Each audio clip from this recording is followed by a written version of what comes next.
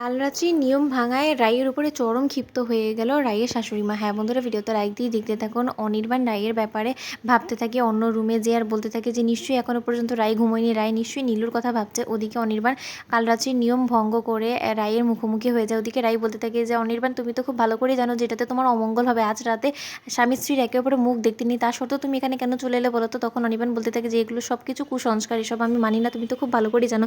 তা সত্ত্বেও কেন এই নিয়মের বালাই দিয়ে আমার কাছ থেকে দূরে থেকে থাকার চেষ্টা করছো বলো তো রাই? তখন রাই বলতে থাকে, অনির্বাণ এখন মঙ্গল অমঙ্গল নিয়ে আমি তোমার সাথে কোনো রকম কোনো কথায় বাকবিতণ্ডা জড়াতে চাই না। তুমি তো জানো যে এখন যদি তোমার মা এক্ষুনি চলে আসে তখন কিন্তু এই জিনিসটা খুব একটা ভালোভাবে মেনে নেবে না। তখন অনির্বাণ বলতে থাকে যে মা এই নিয়ম বালাইয়ে শুধুমাত্র দোহাই দিচ্ছে তোমাকে আর আমাকে একে অপর থেকে দূরে রাখার জন্য, নয়তো আমার মাও হিসাবে বিশ্বাস করে না, বুঝেছো তো? তখন অনির্বাণ রাইকে বলতে থাকে যে আচ্ছা রাই, তুমি আমাকে মিস করো না? তখন রাইকে জড়িয়ে ধরে অনির্বাণ বলতে থাকে যে আমি তো তোমাকে খুব বেশি মিস করি, জানো তো? আমার আজকে হয়তো বা অনেক বড় একটা দুর্ঘটনা ঘটিয়ে ফেলতাম যদি আমি তোমাকে আজকে বিয়ে না করতে পারতাম, তার জন্য আমি তোমাকে এরকম করে জোর জবরদস্তি করেছি। তখন অনির্বাণকে জড়িয়ে ধরে রাইও বলতে থাকে যে আচ্ছা অনির্বাণ, এই সুখী আমার কপালে সত্যিই সইবে বলো তো? আমি তো এখনও পর্যন্ত সব কিছু আমার কাছে স্বপ্নের মতন লাগছে। আমি যে তোমার ঘরে এখন বসে আছি আমার সেটা মোটেও বিশ্বাস হচ্ছে না। কেন জানি না, আমি এই জিনিসটা বিশ্বাসই করতে পারছি না যে আমি এখন তোমার লিগ্যাল ওয়াইফ হয়ে গেছি। তখন অনির্বাণ বলতে থাকে কেন তোমার বিশ্বাস করতে কেন কষ্ট হচ্ছে বলো তো? কেন আমি কি তোমাকে যথেষ্ট পরিমাণে ভালোবাসা দিইনি যার ফলে তোমার এটা মনে হয় যে আমি তোমার হাজব্যান্ড আর তুমি আমার ওয়াইফ? আমার তো বুঝতে কোনো রকম কোনো সময় লাগছে না, তা সত্ত্বেও তোমার বুঝতে এত সময় লাগছে কেন বলো তো রাই? তুমি কি আমাকে মন থেকে এখন অ্যাকসেপ্ট করতে পারো নি? তখন রাই বলতে থাকে যে না না অনির্বাণ, তোমাকে যদি আমি মন থেকে অ্যাকসেপ্ট নাই করতে পারতাম তাহলে কি তোমার কথায় আমি রাজি হতাম বলো তো? আমার শুধু মনটা এরকম করে কুঁকড়ে আসছে যখন আমি এটা শুনতে পেয়েছি যে তুমি আমার কাছ থেকে অনেকটা দূরে সরে যাবে।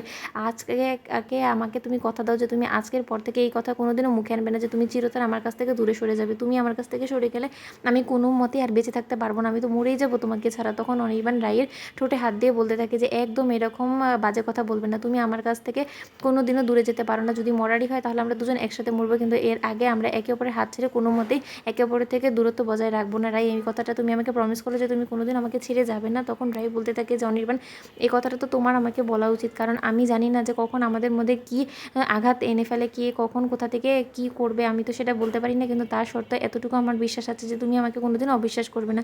তখন অনির্বাণ বলতে থাকে যে আমি তোমাকে কোনোদিন অবিশ্বাস করবো না রাই, তুমি আমার উপরে চোখ বন্ধ করে অন্ধের মতন বিশ্বাস রাখতে পারো। অন্যদিকে শর্মি উঠে যায় ঘুম থেকে আর বলতে থাকে যে কী রে দাদা ভাই, তুই এখানে কেন এসে পড়েছিস? এক্ষুনি যদি কাম্মা তোকে দেখে ফেলে তুই জানিস তো কী হতে পারে, তুই এখান থেকে তাড়াতাড়ি যা। তখন শর্মির কথা শুনে অনির্বাণ যখন পালাতে নেয় ঠিক সেই সময় অনির্বাণের মায়ের মুখোমুখি হয়ে যায় অনির্বাণ। আর অনির্বাণের মা বলতে থাকে যে তুমি কীরকম নির্লজ্জ বেহায়া মেয়ে বলো তো? একটা রাত তো বলেছিলাম আমার ছেলের কাছ থেকে দূরে থাকতে, সেটাও তুমি পারো না। তুমি এতটা নির্লজ্জ বেহায়া কী করে হয়ে গেলো বলো তো? তোমার মা বাবা কি তোমাকে কোনো কিছুরই শিক্ষা দেয়নি না কি? তখন অনির্বাণ বলতে থাকে মা একদম ওর শিক্ষা নিয়ে কথা বলবে না। তো বন্ধুরা, ভিডিওটি ভালো লেগে থাকলে লাইক কমেন্ট শেয়ার করে সাবস্ক্রাইব করতে ভুলো না।